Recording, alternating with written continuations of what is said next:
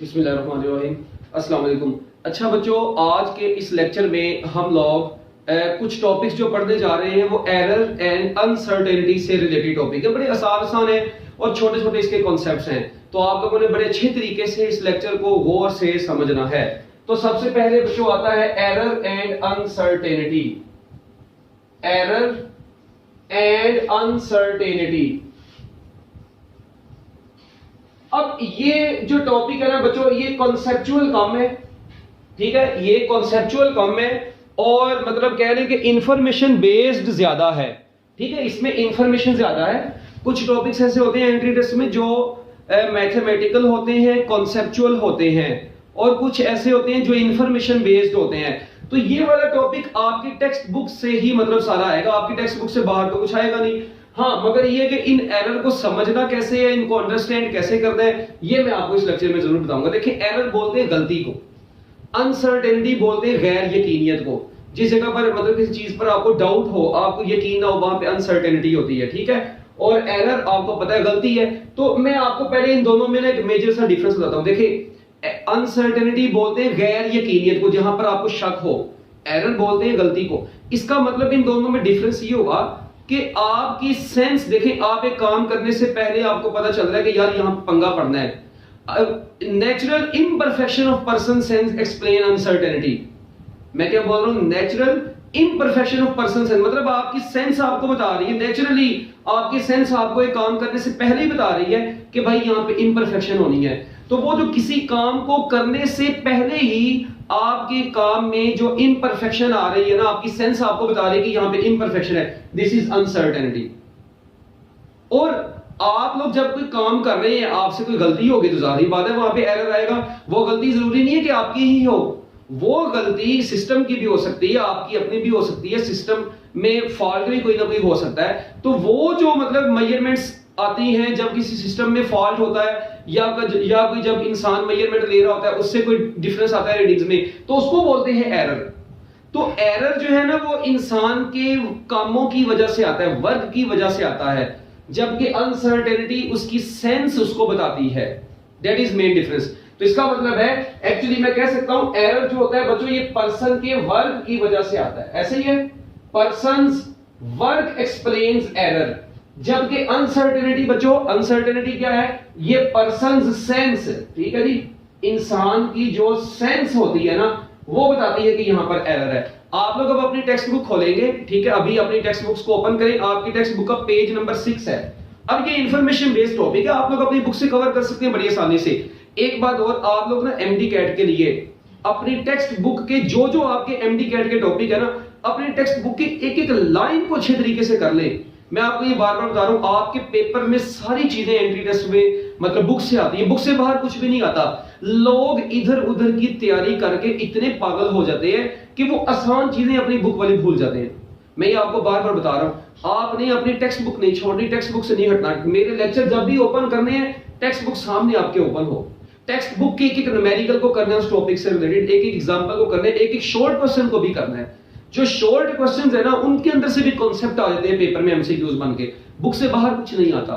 तो ये तो अपने ज़हन से निकाल देना, हम लोग बहुत ज्यादा एक्स्ट्रा चीजें पढ़ेंगे जो आपकी बुक से ही बाहर हो, ठीक है, बिल्कुल बेसिक कॉन्सेप्ट्स पढ़ेंगे। तो अब ये ना आपकी 3 रीजंस लिखी हैं एरर की। अगर आप लोग बुक खोले ना, आपको नजर आएगा कि it is possible to eliminate all possible errors in any measurement. किसी भी मेजरमेंट में तमाम एरर्स को एलिमिनेट करना पॉसिबल नहीं होता। अच्छा, उसके बाद उसने लिखा हुआ error may occur due to, पहला लिखा होगा नेग्लिजेंस, अंडरलाइन करें, नेग्लिजेंस और इनएक्सपीरियंस ऑफ अ पर्सन। देखिए, एक बंदे का काम करने में एक्सपीरियंस ही नहीं है, तो जाहिर बात है जब उसका काम करने में एक्सपीरियंस ही नहीं है तो वो जाहिर बात है वहां पे एरर आएगा ही आएगा। सो error may occur due to negligence और इनएक्सपीरियंस ऑफ अ पर्सन। देखिए जरा कहीं पर नजर आ रहा है लिखा हुआ, देखिए बुक में, हरी अप।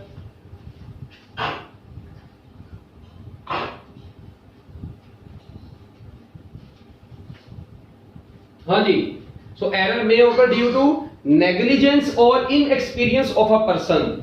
बच्चों दूसरा यहां पर लिखा होगा कि ड्यू टू नेग्लिजेंस और इनएक्सपीरियंस ऑफ अ पर्सन, दूसरा है फॉल्टी अपरेटस, ठीक है, नेग्लिजेंस और inexperience of a person, negligence और इनएक्सपीरियंस ऑफ अ पर्सन, ठीक है। बच्चों दूसरा क्या है कि हम लोग कह सकते हैं फॉल्टी ऑपरेटर्स, ऑपरेटर्स में फॉल्ट होगा तब भी एरर आ जाएगा, तो फॉल्टी ऑपरेटर्स की वजह से भी एरर आता है, ठीक है। और बच्चों तीसरा जो होगा नेग्लिजेंस और inexperience of person, faulty operators. बच्चों तीसरा यहां पर लिख रहे इनएप्रोप्रिएट मेथड और टेक्निक, इनएप्रोप्रिएट मेथड और टेक्निक। बच्चों जो इनएप्रोप्रिएट मेथड या टेक्निक होता है उसकी वजह से भी एरर आता है। सो error may occur due to negligence और inexperience of person, due to faulty operators और इनएप्रोप्रिएट मेथड और टेक्निक। ठीक हो गया बच्चों, ये एरर मतलब नेग्लिजेंस और इनएक्सपीरियंस ऑफ अ पर्सन, उसके बाद फॉल्टी ऑपरेटर्स और उसके बाद इनएप्रोप्रिएट मेथड और यानी नामुनासिब मेथड अप्लाई करेंगे तो वहां पर भी एरर आएगा। जबकि अनसर्टेनिटी की रीजंस क्या क्या है? पहली तो बच्चों आपको मैंने बता दी natural imperfection of person sense, बड़ी important, natural imperfection of person sense, ठीक है जी। एक्सप्लेन अनसर्टेनिटी, एक ये चीज हो गई। दूसरी मैंने आपको ये बतानी है, अब इधर सुनेगा।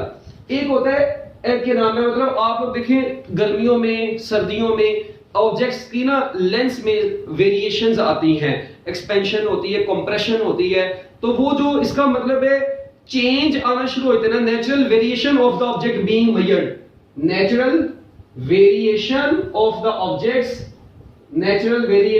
Objects being measured. जिन ऑब्जेक्ट्स की मेजरमेंट ले रहे हैं उन ऑब्जेक्ट्स में नेचुरल वेरिएशन आती हैं, natural variation of the objects being measured. जिन ऑब्जेक्ट्स की मेजरमेंट ले रहे हैं उन ऑब्जेक्ट्स में नेचुरल वेरिएशन आ जाती है।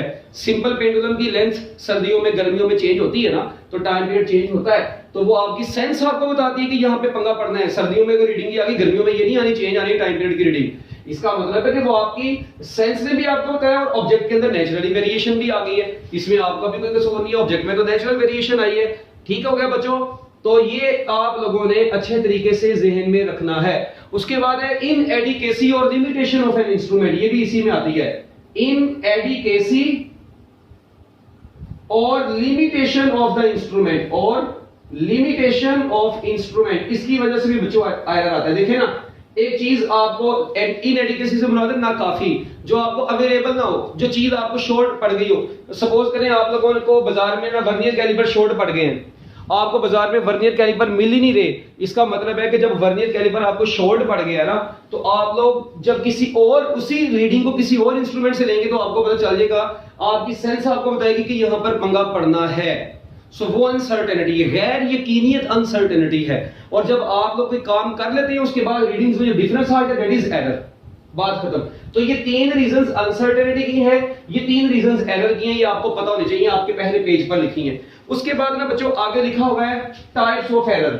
बच्चों याद रखना है एरर की दो टाइप्स हैं जो कि आपकी टेक्स्ट बुक में लिखी है, ठीक है। उनमें से बच्चों पहली वाली को बोलते हैं रैंडम एरर, पहली वाली को क्या बोलते हैं रैंडम एरर, और बच्चों दूसरी वाली को क्या बोलते हैं सिस्टमैटिक एरर। पहला है बच्चों रैंडम एरर और दूसरा क्या है सिस्टमैटिक एरर, और दूसरे को बोलते हैं सिस्टमैटिक एरर। अब दोनों में फर्क क्या है रैंडम एरर और सिस्टमैटिक एरर में, इसको जरा समझना। देखिए रैंडम एरर क्या है, when repeated measurement of the same quantity give different values under the same condition. ठीक है, बुक से देख सकते हैं, when repeated measurement of the same quantity give different values under the same condition. आप लोग एक एक्सपेरिमेंट कर रहे हैं, रीडिंग्स बार बार आप लोग एक ही क्वांटिटी की मेजरमेंट ले रहे हैं, एक ही क्वांटिटी है, एक ही इंस्ट्रूमेंट से रीडिंग्स ले रहे हैं, मगर वो रीडिंग बार बार डिफरेंट आ रही है, यानी मेजरमेंट को रिपीट करते जा रहे हैं, एक ही क्वांटिटी की मेजरमेंट बार बार ले रहे हैं और रीडिंग्स में डिफरेंस आता जा रहा है। So this type of error is known as random error. क्या इसमें ये याद रखना, it is due to unknown cause, it is due to unknown cause, इसकी रीजन कोई नहीं मौजूद, ठीक है, it is due to unknown cause. तो ऐसा एरर जो अननोन कॉज की वजह से होता है, ठीक है, उस एरर को क्या बोलते हैं रैंडम एरर, और जो नॉन कॉज की वजह से होता है बच्चों उसे क्या बोलते हैं सिस्टमैटिक एरर। ये सिस्टम का एरर है, रैंडम एरर पर्सनल एरर भी कहलाता है। तो याद रखना ये रिपीटेड मेजरमेंट है, repeated measurement give different values under the same condition, it is due to unknown cause. अच्छा, अब आप लोगों ने रीडिंग ली तीन, मतलब एक कहते हैं, मैं कहता हूं यार एक ना मैंने ऑब्जेक्ट की रीडिंग ली, एक मीटर रॉड से रीडिंग ली, तीन रीडिंग्स ली है एक ही ऑब्जेक्ट की, वो तीनों बार डिफरेंट आई है, अब हम लोग कौन सी यूज करेंगे? इसका मतलब वो जो तीनों बार डिफरेंट आई that is due to random error. Okay, अब वो जो डिफरेंट तो आ गई रीडिंग्स, ठीक है।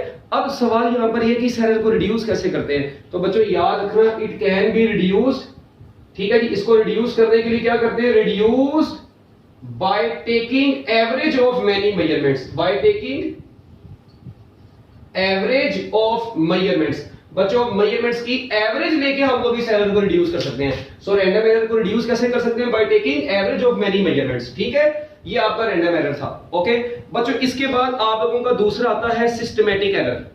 सिस्टमैटिक एरर में क्या होता है? Systematic error refers to an effect that influences equally effect करता है पर्टिकुलर क्वांटिटी को। क्या मतलब है इस चीज का? देखें, ये ऐसे इफेक्ट को रेफर करता है जिसमें मतलब equal effect, consequent difference in readings आता है।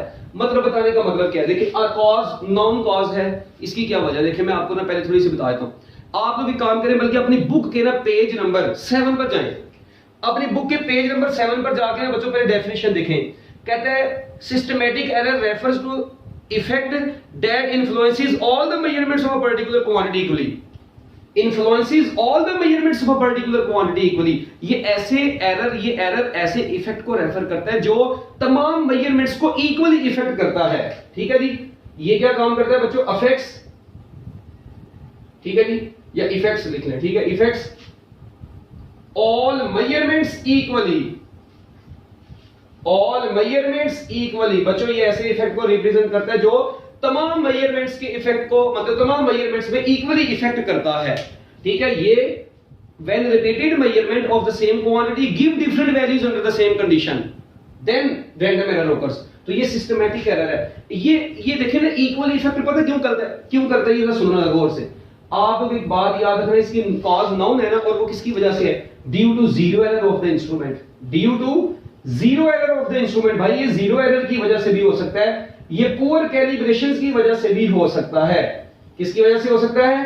पुअर कैलिब्रेशंस की वजह से भी हो सकता है, और ये बच्चों जीरो एरर की वजह से भी ऑकर हो सकता है, ठीक है। ये आपकी बुक में लिखा हुआ है। और इसके अलावा बच्चों ये इनकरेक्ट मार्किंग की वजह से भी हो सकता है। ये सिस्टम का एरर है ना ये, तो सिस्टम में इनकरेक्ट मार्किंग हुई होगी तो ये एरर आ सकता है। तो बच्चों याद रखना, it is due to zero error, poor calibrations और इनकरेक्ट मार्किंग। अब देखें, अब जीरो एरर है, आपके एक इंस्ट्रूमेंट में जीरो एरर है, आप लोग उससे जितने भी रीडिंग्स लेंगे, क्या ये जीरो एरर तमाम रीडिंग्स में इक्वली इफेक्ट नहीं करेगा? बिल्कुल करेगा। So this type of error is known as systematic error, ठीक है। आप लोग देखें, आपकी कैलिब्रेशंस पुअर, ये तो आप लोग सही नजर नहीं आ रहा आपको, ठीक है, पुअर कैलिब्रेशंस है या इनकरेक्ट मार्किंग है। अब आप लोग उससे जितनी मर्तबा भी रीडिंग लेंगे, वो इनकरेक्ट मार्किंग आपको हर मर्तबा तंग करेगी, और वो हर मर्तबा आपकी मेजरमेंट में इक्वली जाके इफेक्ट करती है। So this type of error is known as systematic error. तो अब इसको रिड्यूस कैसे करेंगे बच्चों? हाँ जी, अब सिस्टमैटिक एरर को रिड्यूस कैसे करते हैं? इसके बड़े तरीके हैं हमारे पास बच्चों। पहला, सबसे पहला बड़े तरीके क्या? एक ही तरीका बड़ा जबरदस्त। सिस्टमैटिक एरर को रिड्यूस करने के लिए हम लोग क्या काम करते हैं बच्चों? कंपेयर करते हैं। Compare with accurate measurement with instrument, compare with instrument which is, ठीक है जी, विच इज मोर एक्यूरेट।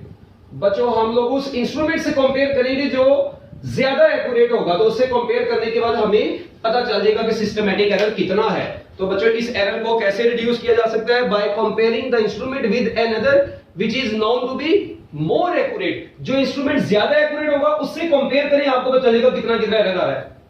ओ भाई ठीक है। So these are the error and uncertainty, two errors, ठीक है। Random error is also known as personal error, random error is also known as personal error, systematic error is also known as system error, ठीक है।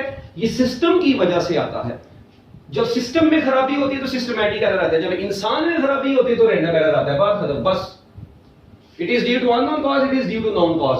तो लो जी बच्चों, ये था आपका छोटा सा एरर एंड अनसर्टेनिटी वाला टॉपिक, ठीक है। इसको अब आप लोग कर लें जरा नोट, आपके पास ठीक कुछ सेकंड्स है बस, ठीक है। और इसके बाद एक और एमसीक्यू आता होता है कि देखें इधर जीरो एरर है ना, हम लोग इसके लिए करेक्शन फैक्टर भी अप्लाई करते हैं। तो आपसे पूछा जा सकता है for which error correction factor is applied. तो बच्चों याद रखना, करेक्शन फैक्टर यानी जीरो करेक्शन ही पढ़ते हैं आप लोग, वो वाला।